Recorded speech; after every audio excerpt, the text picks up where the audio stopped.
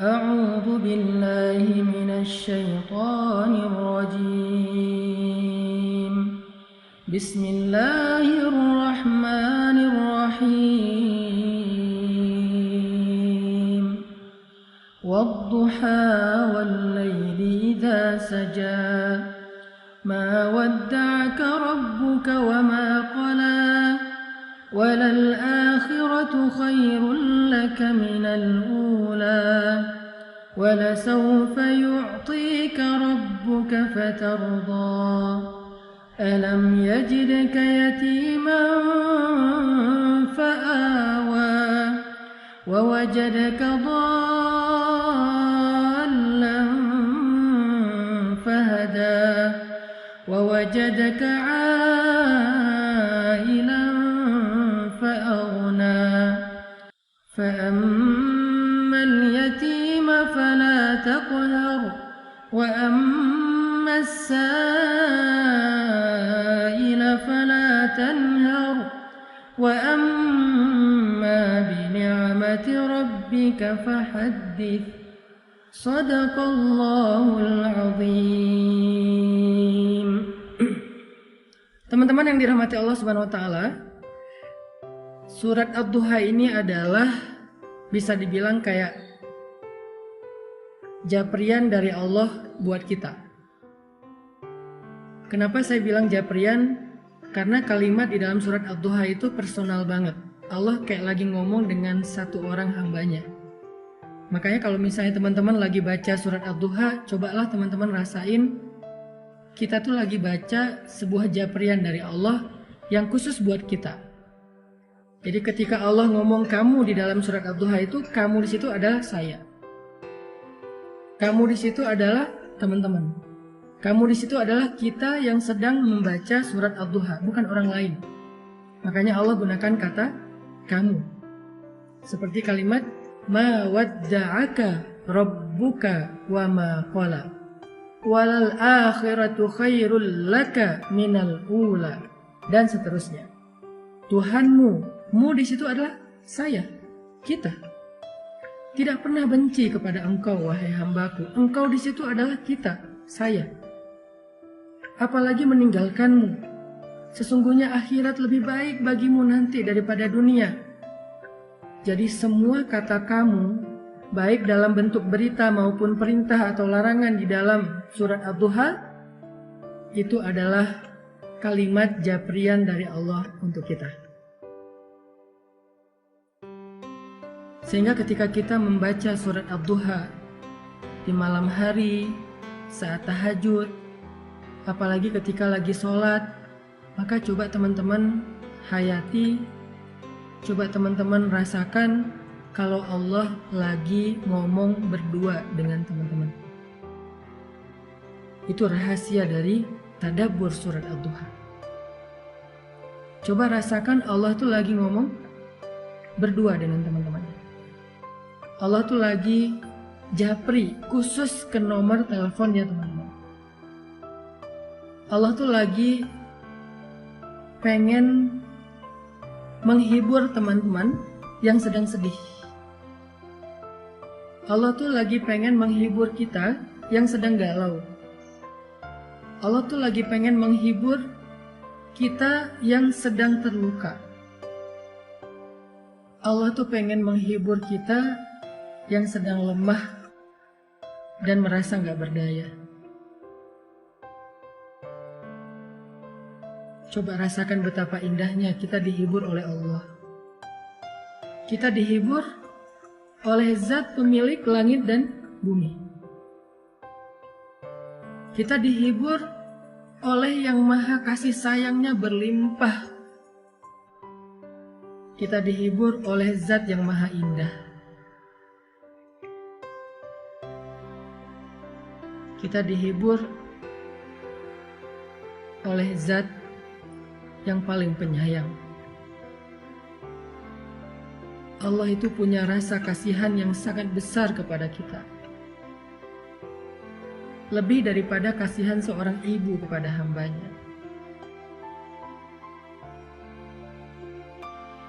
lebih daripada kasihannya seorang ayah kepadanya.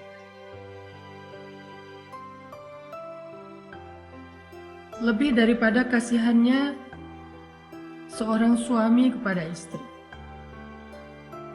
atau seorang istri kepada suami, atau anak kepada orang tua. Coba rasakan ketika membaca surat Ad-Duha, Allah lagi bicara dengan kita sendiri, bukan dengan orang lain. Ini bukan ayat broadcast, ini ayat jabrian. Makanya Allah tidak mengatakan kalimat ya ayyuhalladzina amanu. Kalau ya ayyuhalladzina amanu itu ayat broadcast. Tapi ma wadda'aka rabbuka wa ma qala itu ayat jabrian. Jadi coba kita rasain kalau Allah itu lagi ngejabri kita, teman-teman. Allah itu lagi seolah-olah pengen meluk kita yang erat supaya Allah bisa menyentuh kita dengan sentuhan kasih sayang, karena Allah paham banget kalau saat ini kita sedang lemah. Karena Allah paham banget kalau saat ini kita sedang dalam keadaan merasa sendirian, sepi, gak punya siapa-siapa yang bisa diharapkan. Karena Allah tahu banget, ngerasa banget gimana yang kita rasain hari ini, bahwa kita itu merasa sedang kecewa. Makanya Allah pengen bicara berdua dengan kita. Itulah perasaan Nabi ketika ayat ini turun, teman-teman. Perasaan kehilangan, perasaan takut, perasaan bingung, perasaan galau, perasaan lemah, perasaan kecewa, sedih. Perasaan-perasaan itu benar-benar mengganggu Nabi sekian hari. Nabi seperti orang yang kehilangan ayah, ibu, istri, anak, pasangan sekaligus, sehingga beliau menjadi bingung harus kemana. Setiap hari bayangin, Nabi setiap hari naik ke bukit yang ada di kota Mekah, memandang ke langit pengen ngadu sama Allah. Nabi tuh pengen ngadu sama Allah, ya Allah saya punya banyak masalah, kemana engkau ya Allah? Ya Allah saya punya banyak masalah, kemana Jibril? Nunggu lama di atas bukit, Jibril gak turun. Akhirnya Nabi pulang ke rumah. Besok balik lagi, ngadu lagi, manggil. Turun lagi dari bukit tanpa bertemu dengan Jibril. Berhari-hari. Ada ulama yang mengatakan 12 hari, ada yang ulama mengatakan hampir 1 bulan. Dalam puncak perasaan galau dan khawatir yang luar biasa itu. Tiba-tiba Allah Subhanahu wa Ta'ala menurunkan surat Ad-Duha. Allah utus Jibril. Allah katakan melalui malaikat Jibril, 1 kalimat, 1 japrian, 1 ayat, 1 surat khusus buat Nabi. Kalimatnya, ma wadda'aka rabbuka wa ma qala. Tuhanmu gak pernah ninggalin kamu dan tidak juga benci kepadamu, Muhammad. Tiba-tiba Nabi seperti merasa, ya Allah, hampir saja saya merasa kehilangan. Hampir saja rasa takut itu mencelakai saya. Hampir saya merasa putus asa dengan kesendirian. Tiba-tiba Allah mengatakan, Abdi, Habibi, hambaku, kekasihku Muhammad, ma wadda'aka rabbuka wa ma qala. Tuhanmu gak pernah ninggalin kamu. Coba lihat betapa lembutnya Allah bicara dengan Nabi. Tuhanmu gak pernah ninggalin kamu. Itu seperti ketika seorang ayah bilang, ayah gak pernah ninggalin kamu, wahai nak. Ayah tuh gak pernah ninggalin kamu. Allah gak mengatakan, aku gak ninggalin kamu, bukan. Tuhanmu berarti seperti menyebut kalimat yang lembut. Sama kayak kita memanggil anak kita, ayah sayang sama kamu, bukan aku sayang sama kamu. Ini adalah kalimat yang sangat lembut dari Allah. Ma wadda'aka rabbuka wa ma qala. Tuhanmu gak pernah ninggalin kamu, apalagi benci sama kamu.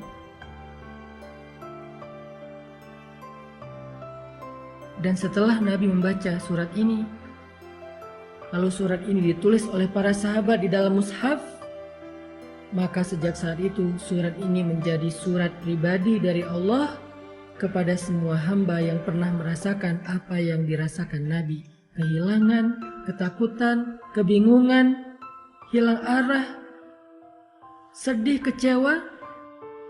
Maka siapapun yang pernah merasakan perasaan seperti itu, apapun alasannya, mau urusan agama, mau urusan dunia, mau urusan keluarga, mau urusan karir, pekerjaan, mau urusan percintaan, apapun alasannya ketika dia merasa sedih seperti itu, maka Allah ngejapri dia dengan kalimat yang lembut.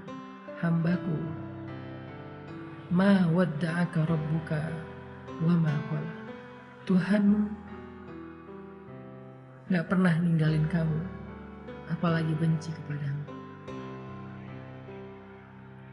Itu maksud dari surat Ad-Duha, teman-teman. Coba teman-teman nanti setelah ini kalau baca surat Ad-Duha di rumah, kalau perlu hafal surat itu karena tidak terlalu panjang untuk kita baca di dalam sholat. Setelah tahu artinya, baca dulu terjemahannya, hafal terjemahannya, nanti baca di dalam sholat ketika lagi sedih. Sholat yang gak ada yang ganggu kita, sholat sunnah, terutama sholat tahajud. Gak apa-apa baca surat ini di waktu tahajud, karena Allah bersumpah dengan waktu malam apabila telah sunyi, bukan hanya waktu duha. Kita baca, kita hayati, Allah lagi ngomong sama kita. Allah lagi pengen menenangkan dan menghibur hati kita yang sedih. Ma wadda'aka rabbuka wa ma qala.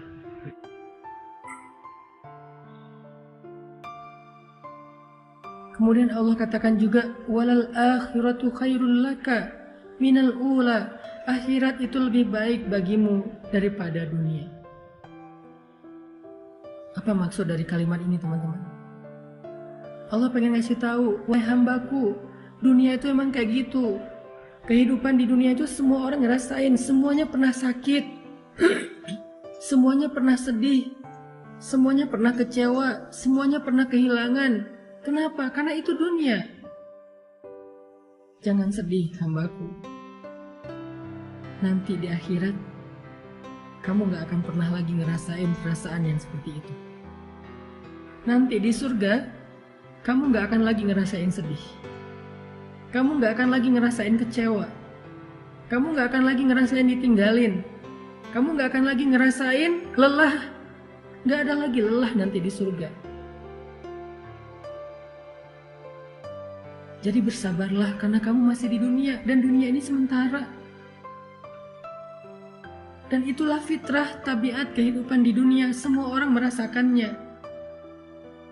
Tapi nanti, jika kamu bersabar, jika kamu istiqomah beramal solih, maka nanti di akhirat kamu akan tersenyum. Fatardo, kamu akan puas. Kamu akan bersenang, bersuka cita. Kamu akan ceria, happy. Kamu gak akan lagi merasa lelah. Tapi nanti di akhirat, sabar. Allah menghibur kita. Seperti seorang suami bilang ke istrinya, "Mah, sabar ya. Nanti kalau mama udah ngelewatin ujian ini, kita jalan-jalan yuk. Nanti kita jalan-jalan yuk ke Indonesia Timur. Apakah ke Papua yang indah, atau ke Lombok yang indah, atau ke Ambon, ke Sulawesi. Kita jalan-jalan yuk ke pantai-pantai yang indah di Indonesia. Atau kalau dia punya rezeki lebih, yuk kita jalan-jalan yuk ke Turki. Atau kalau misalnya dia istrinya senangnya dengan kosmetik, skincare, kita jalan-jalan yuk ke Korea. Nanti mama di sana nggak akan sedih lagi. Papa yang sedih ya, habis biayanya." Seolah-olah seperti itulah Allah bicara kepada hambanya.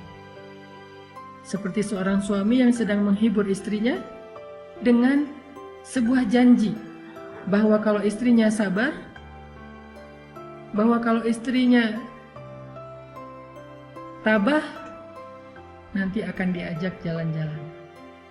nanti akan diajak bersenang-senang sebagai hadiah dari suami kepada istri. Atau seperti seorang ayah kepada anaknya, ketika anaknya lagi ujian, lagi capek belajar sampai malam, kemudian mendapatkan hasil yang hari pertama ujian itu mungkin dia ngerasa kayak berat banget, banyak pertanyaan yang susah dijawab, banyak soal yang dia nggak bisa ngasih jawaban. Ayahnya menghibur, ibunya menghibur, nak, sabar ya, belajar terus ya, yang semangat ya, nanti kalau udah beres ujian, kita jalan-jalan. Kamu mau ke permainan mana? Kamu mau jalan kemana? Nanti ayah akan siapin semuanya. Pokoknya kamu nggak akan kecewa. Pokoknya kamu akan suka. Pokoknya kamu akan bahagia. Kamu akan happy, akan seru-seruan. Kita camping bareng, kita apa dan segala macam. Allah lagi menghibur kita dengan kalimat walal akhiratu khairul laka minal ula. Hambaku, dunia emang kayak gini, sabar ya. Nanti di akhirat kamu akan puas. Kamu gak akan ngerasain lagi yang kayak gini-gini nih. Kamu gak akan ngerasain lagi yang namanya kecewa, sedih, kehilangan, lelah, gak ada.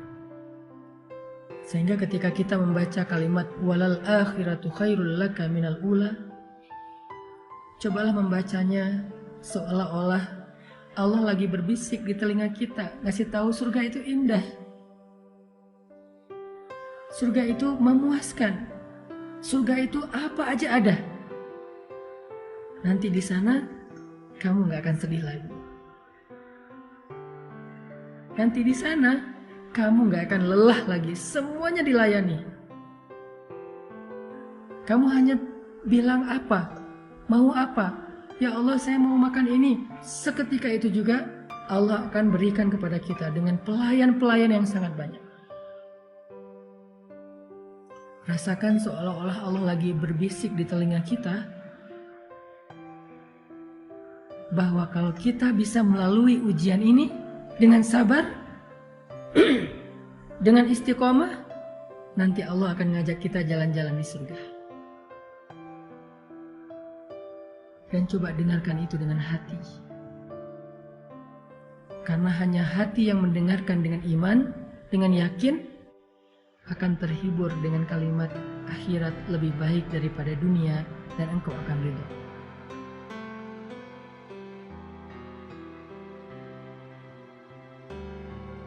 Setelah Allah katakan kalimat-kalimat ini, walal akhiratu khairul laka minal ula wala sawfa yu'tika rabbuka fatardha, maka kalimat berikutnya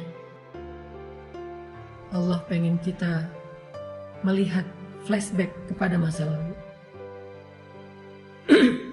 Allah pengen kita merenungkan masa lalu kita. Siapa yang selama ini membantu kita? Siapa yang selama ini menolong kita ketika kita punya masalah? Siapa yang menghidupkan kita, menciptakan kita, memelihara kita, memberi kita rezeki selama ini? Bukankah Dia Allah yang ngasih kita kehidupan? Bukankah Dia Allah yang ngasih kita keluarga? Bukankah Dia Allah yang ngasih kita makanan? Yang ngasih kita rezeki? Yang ngasih kita pemeliharaan? Alam yajidka yatiman fa'awa wa wajadaka dhallan fahada wa wajadaka ailan fa'aghna.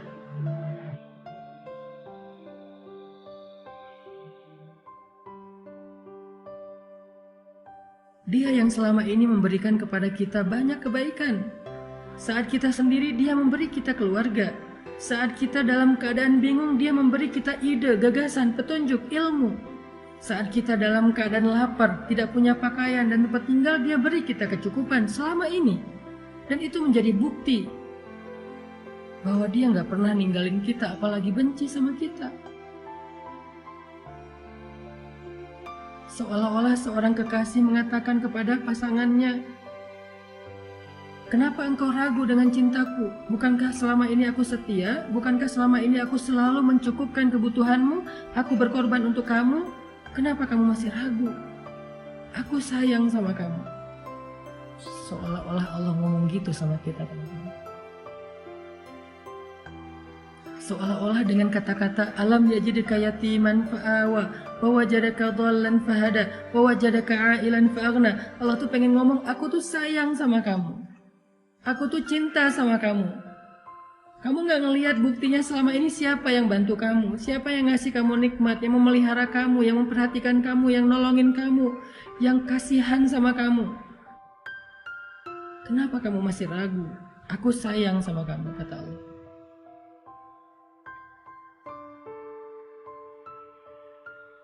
Sehingga dengan ayat itu Allah pengen kita yakin, kita percaya kalau Allah itu gak benci sama kita.